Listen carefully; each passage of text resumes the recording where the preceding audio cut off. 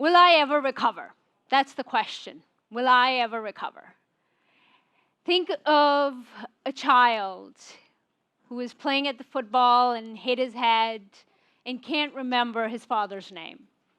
Think of the mother who doesn't have the attention to bake the cookies anymore because the cognitive capacity, it doesn't work anymore. And the wounded soldier who can't express his pain because the words just doesn't come right. That's traumatic brain injury. It affects 22 million people all around the world. And it's not a one-time disorder. It's a disability that continues. Why? Why can't someone recover is the question.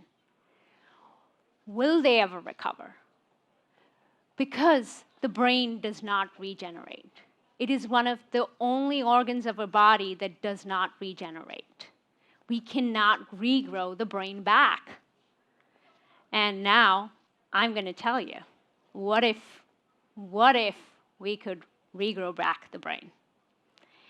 So scientists have now developed a technology where we can use human stem cells to grow a whole brain organoid or organ-like structure.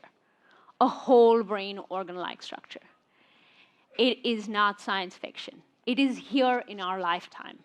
In the next few slides, you will see how I am training these little organ-like structures to cross the transplantable barrier, how we can make them more transplantable, how this organ-like structure in the cortex can be replaced. So we start with the concept of induced pluripotent stem cells. Induced pluripotent stem cells are, I can take your hair cell, skin cell, blood cell, convert it back into a stem cell. And once I do that, I can then generate from this stem cell brain-like structure.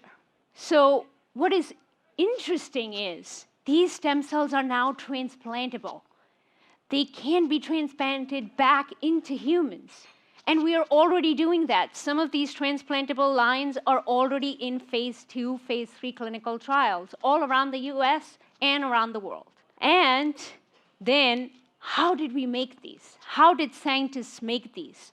So we took the stem cell, we made the cortex, and then we made the blood vessels, the vascular network, and then we fused them together. And all this genetic data on the right-hand side is showing the expression of the different markers, that we get both cell types. So what's next is, what is so fascinating, what is so new about this? The endothelial component, the vascular. It's not just a blood cell that I added in and that's it. The blood vessel formation is important. That is very key. And the blood vessels are made through smooth muscle cells, pericytes, macrophages, immune system. All of these come together to make the blood vessels that we see, that pump blood, and we see them. So that's what was key to make this more graftable. And we showcase that in all this transcriptomic data, that we get all the different gene expression. And furthermore, we see in the yellow little bits that you see, the little tube formation, that's angiogenesis. We made little blood vessels that are graftable. The next thing here is the cortex, the cognitive function that you need to make the cookies, the attention, the person that you are, is because the cortex makes these 6 layers, the 6-layer structures, the layering, the neural tube formation.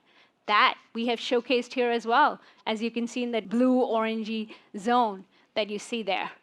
The cortical layer formation that gives you cognitive abilities.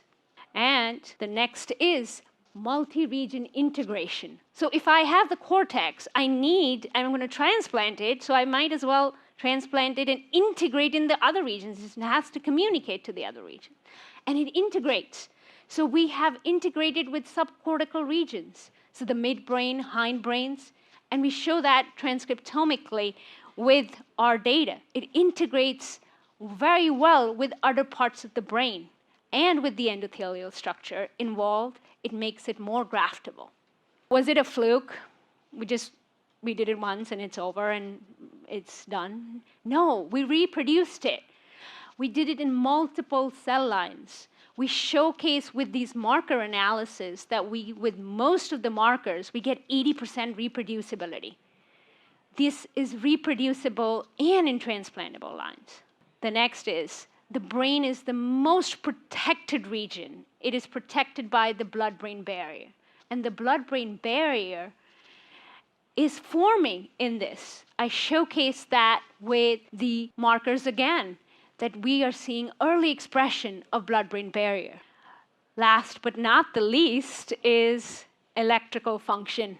So the brain is not considered a brain. It needs to communicate. And the way it communicates with each other is through electrical function.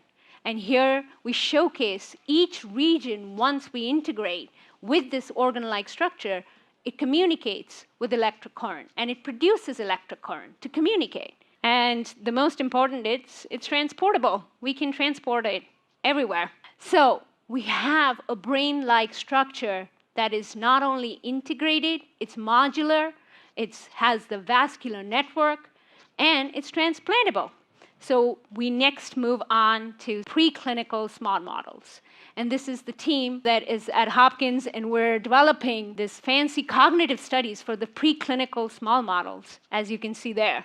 Touchscreen models to look at cognitive behavior before and after injury. We can do that and do live recordings before and after injury. Similarly, with large preclinical models, we can do that as well. We can look at injury, how the blood pools, and then look at recovery. Look at how the anatomy recovers, how the structural variances recover after transplant, potentially. So our call to action to you is, we have the organ-like structures. They're in transplantable lines ready. We have the preclinical models, small and large, injury paradigms already and published.